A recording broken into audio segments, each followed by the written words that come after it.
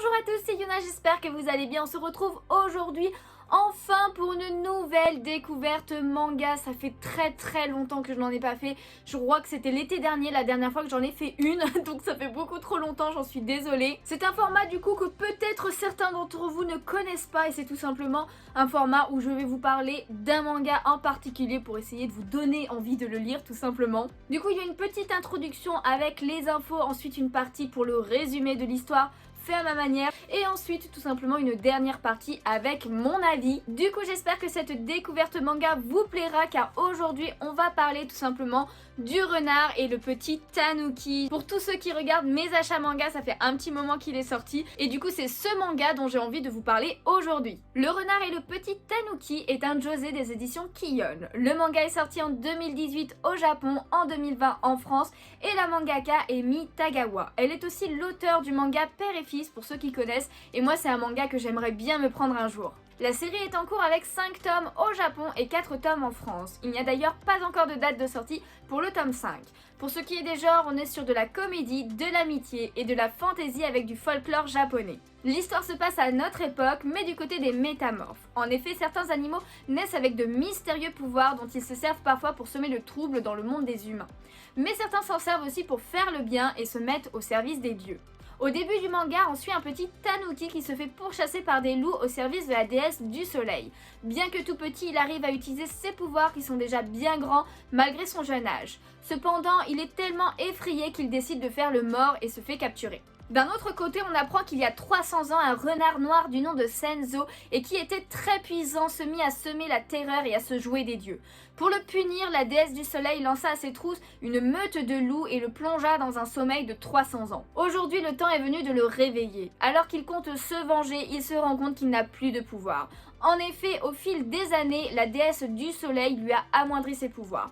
Pour expier ses crimes passés, il va devoir élever ce petit tanuki en parfait serviteur des dieux. Et à la moindre désobéissance, la douleur que lui avaient infligée les loups à l'époque se réveillera. On va donc suivre les aventures de Senzo et Manpachi, le petit tanuki, qui vont devoir accomplir des missions comme aider des esprits ou des divinités pour servir les dieux.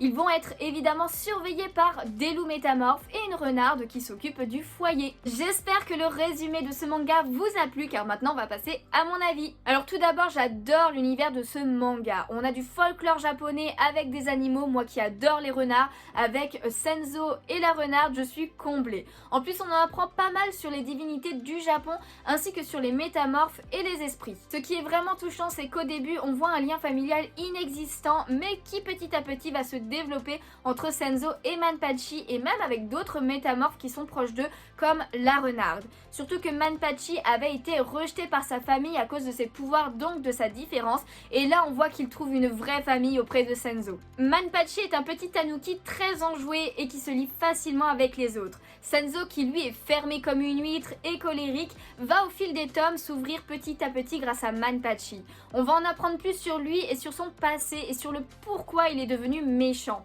La présence de Manpachi à ses côtés va lui permettre de guérir ses blessures passées et inversement. J'aime vraiment leur relation à tous les deux car on dirait vraiment au fur et à mesure que ça devient des grands frères et petits frères. Franchement j'adore, c'est beaucoup trop mignon et en plus la mangaka arrive vraiment très bien à retranscrire ça par le dessin, par les scènes et par les dialogues. Un des gros points forts de ce manga, c'est tout simplement le dessin. Déjà les couvertures sont magnifiques avec des jeux de couleurs sublimes et une texture particulière que personnellement j'aime beaucoup. C'est un manga où l'on voit principalement des animaux, il y a quelques humains mais très peu, et la mangaka arrive parfaitement à transmettre les émotions de ces animaux. Ils sont vraiment très bien dessinés avec des caractères différents et on reconnaît bien justement le style de caractère avec les dessins. De plus, on reconnaît facilement aussi les différents persos, même parmi les différents loups par exemple, et même quand ceux-ci sont transformés en humains. D'ailleurs, ce qui est pas mal aussi, c'est qu'il y a beaucoup d'animaux différents finalement. Au début, on voit surtout des loups, des renards et le petit tanuki avec Manpachi, mais aussi au fur et à mesure de l'histoire, on voit d'autres animaux de la forêt, mais on voit aussi des chiens, des chats, etc. Franchement, il y a vraiment un grand panel d'animaux et ça, c'est plutôt cool. Il y a aussi pas mal de moments drôles qui nous font sourire, mais aussi beaucoup de moments de douceur qui nous font également sourire.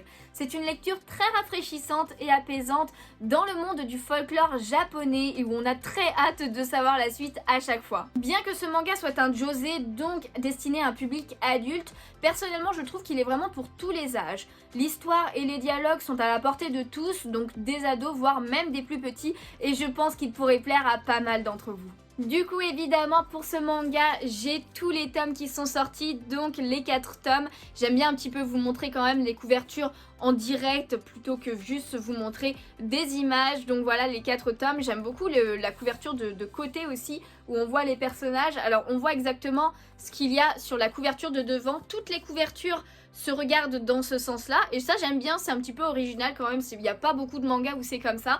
Et du coup par exemple pour le premier vous voyez donc Senzo et Manpachi et là en haut il y a Manpachi, donc vraiment la même image, et Senzo, donc c'est un petit peu comme ça à chaque fois. D'ailleurs je vous montre l'arrière aussi, vous avez Manpachi qui tient la petite queue de Senzo, vous avez toujours un fond uni derrière d'une couleur différente à chaque fois mais avec quelques petits personnages.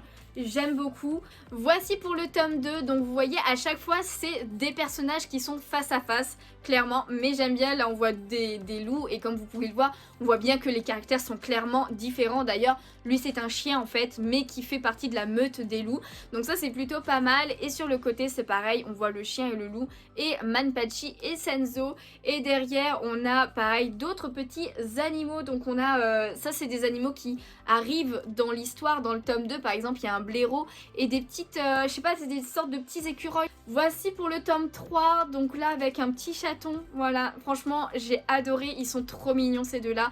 Franchement je vous conseille tellement de le lire, il est tellement beau. Donc pareil avec les couvertures comme ceci, et l'arrière nous avons ceci, donc il y a pas mal de chats, un grand chat avec plein d'autres chats.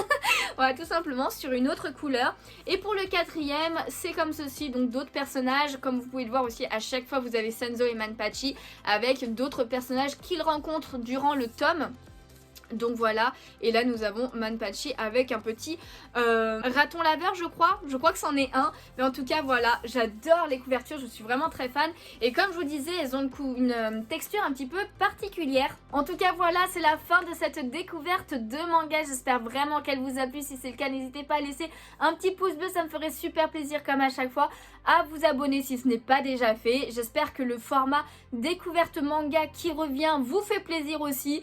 Mais pour ce manga là franchement je le conseille énormément, et vraiment pour tous les âges, pour tous les sexes aussi. Je pense que ça peut plaire aux filles tout comme aux garçons, et c'est vraiment une lecture qui apaise et qui fait se sentir bien, et ce genre de lecture on en a tous besoin je pense. Je suis vraiment désolée pour cette absence niveau découverte manga, mais je compte bien reprendre et au moins vous en faire une par mois. Donc voilà, n'hésitez pas dans les commentaires à me dire ce que vous avez pensé, si vous avez lu aussi ce manga, à donner votre avis aussi parce que c'est toujours bien d'avoir plusieurs avis différents. Et si parmi tous les mangas que j'ai, il y en a certains que vous voulez plus connaître, alors pas des super connus, ne me dites pas One Piece, Fairy Tail, ça c'est des mangas où je ferai jamais une découverte manga dessus, mais des mangas qui sont pas très connus, que vous avez vu dans mes achats manga ou ce genre de choses, et dont vous voulez plus d'infos, plus détaillées, et ben n'hésitez pas à me les dire en commentaire. Je me ferai un plaisir d'en faire une découverte manga si je trouve que c'est pertinent. Sur ce, et bien tout simplement, moi je vous fais de gros bisous et je vous dis à bientôt. Ciao ciao.